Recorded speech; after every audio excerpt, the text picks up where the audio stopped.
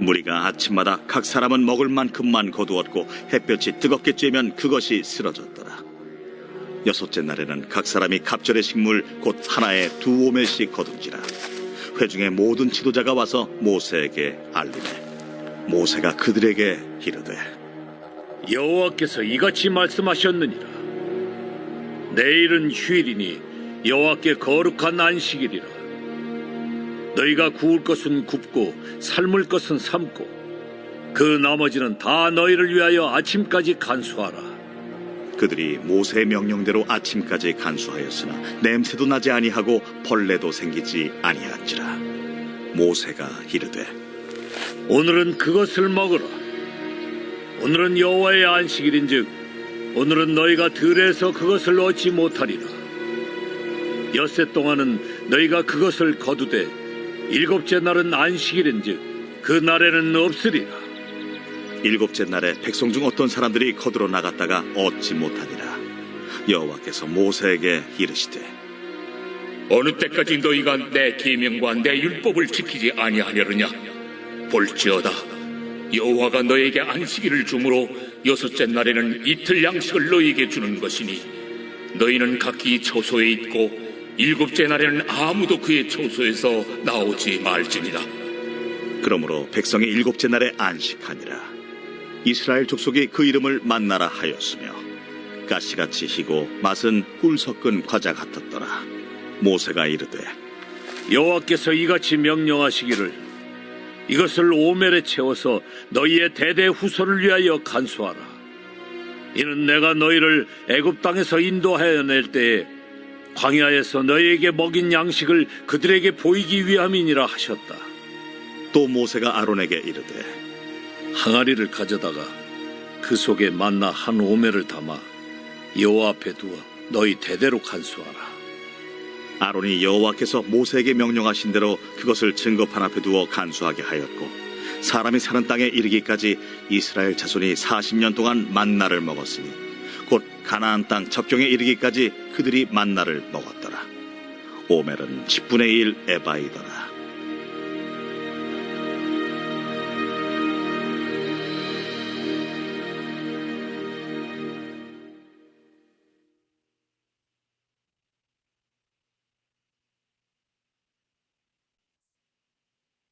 만나를 주시는 하나님께서는 이스라엘 백성들에게 한 오멜씩만 거두라고 하셨습니다. 하루에 필요한 양식만큼만 거두라고 하셨습니다. 만나를 주실 때 하나님께서는 또 하나의 규례를 만들어 주셨습니다. 6번째 되는 날에는 2배를 거두라고 하였습니다. 7번째 날 쉬면서 안식일을 지키기 위한 것입니다.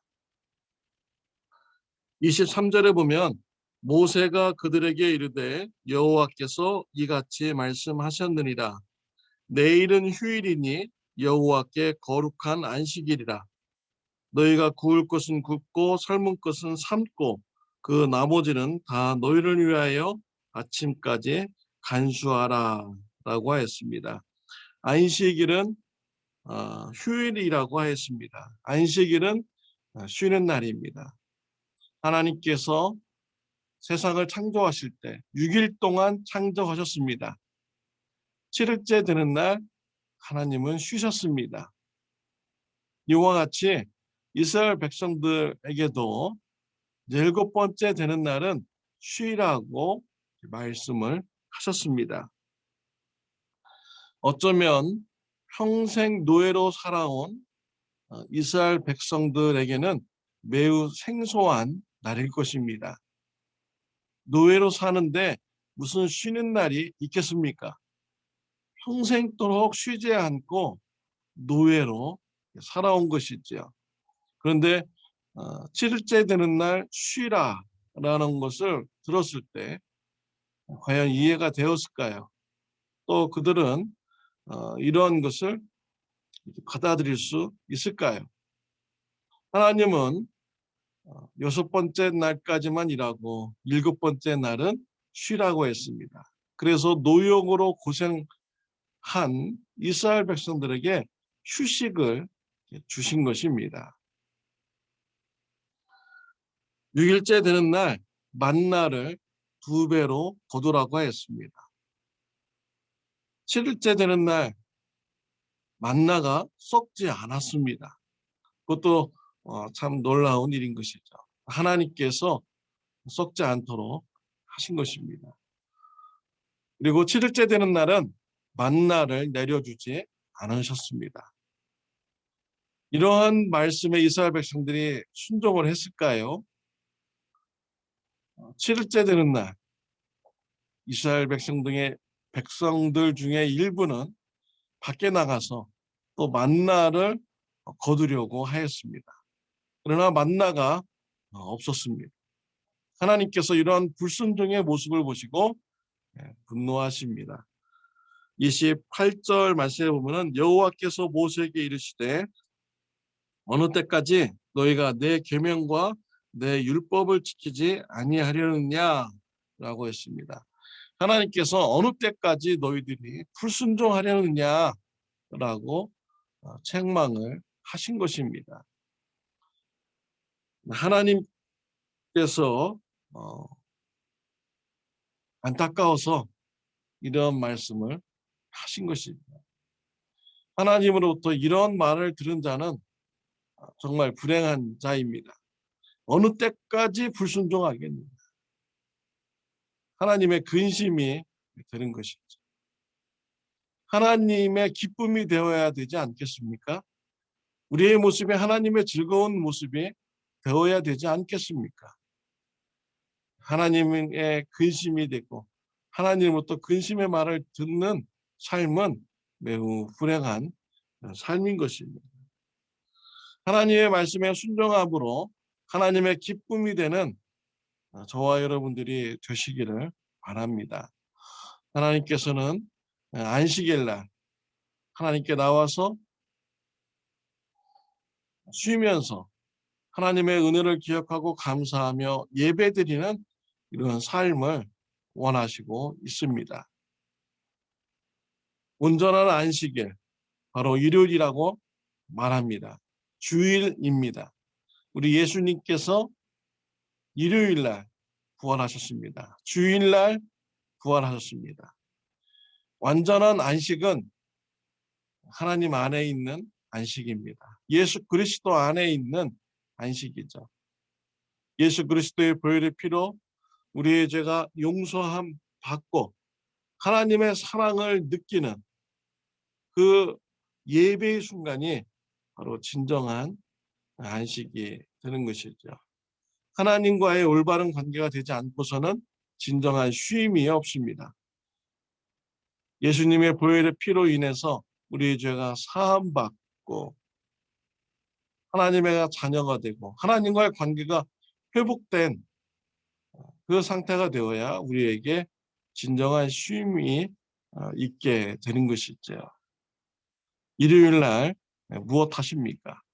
하나님께 나와서 하나님의 은혜를 기억하고 감사하며 소리 높여 찬양드리고 하나님의 말씀을 듣고 믿음이 성장하는 예배를 드리는 저와 여러분들이 되시기를 바랍니다. 코비드 19이 거의 다 진정이 되어가고 있습니다. 우리가 그동안은 불가피하게 우리가 영상으로 우리가 예배를 드려왔습니다. 이젠 정부에서도 실내에서는 백신을 맞은 자들은 마스크를 안 써도 된다라고 이렇게 어제 발표를 하였습니다. 일요일 날 하나님의 은혜를 기억하며 예배드리는 저와 여러분들이 되시기를 바랍니다. 한국의 이중표 목사님이라는 분이 계셨습니다. 지금은 돌아가셨죠. 이분은 어렸을 때 교회를 다녔습니다. 그러나 아버님은 교회를 다니지 않으셨습니다. 농번기에 있었던 일입니다. 아버지께서 내일 일요일은 농사일이 바쁘니까 교회 가지 말고 나랑 같이 밭에 가서 일하자라고 했습니다. 이 말을 들은 어린 이중표 목사님은 고민에 빠집니다. 일요일날, 주일날 교회에 가서 하나님 앞에 예배 드리고 싶은데 주일날 예배 드리지 않으면 하나님께서 기뻐하지 않으시는데 라고 하면서 예배 드리고 싶었습니다. 그렇다고 교회에 가면은 또 아버지의 마음이 속상하신 거죠. 아버지의 마음을 기쁨을 주고 싶었습니다. 근심이 되고 싶지는 않았습니다. 밤에 고민을 하다가 지혜가 떠올랐습니다. 밤에 밭으로 간 것입니다. 그래서 내일 아버지가 해야 될 일을 밤새도록 해가지고 다 맞춰놓았습니다. 일요일 새벽에 돼서 집에 돌아왔습니다. 아버지께서 너 어디에 갔다 오느냐라고 물어봤습니다. 이준표 목사님은 아버님 오늘은 일요일이니까 편히 쉬세요. 제가 아버지의 할 일을 다 밤새도록 마치고 왔습니다. 라고 얘기를 했다고 합니다. 이 말을 들은 아버지가 놀라게 되죠.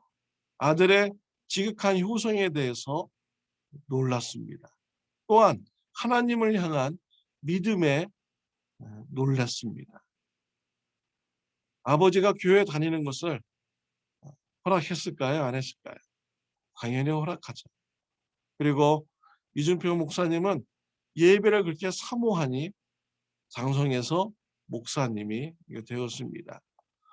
교단을 초월해서 모든 목사님으로부터 존경받는 아주 귀한 목사님이 되셨습니다.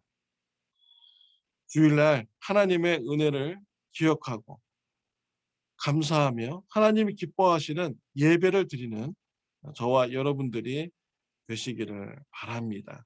기도드리겠습니다. 하나님 아버지 감사합니다. 우리에게 쉼의 시간을 주심을 감사합니다. 안식의 시간을 주심을 감사합니다. 거룩한 주일날 하나님의 은혜를 우리가 기억하고 감사하며 예배드리는 자가 되게 하여 주옵소서. 하나님의 기쁨의 신앙생활을 하는 저와 우리 성도님들 다 되게 하여 주옵소서. 예수님의 이름으로 기도드렸습니다. 아멘. 좋은 하루 되시기를 바랍니다.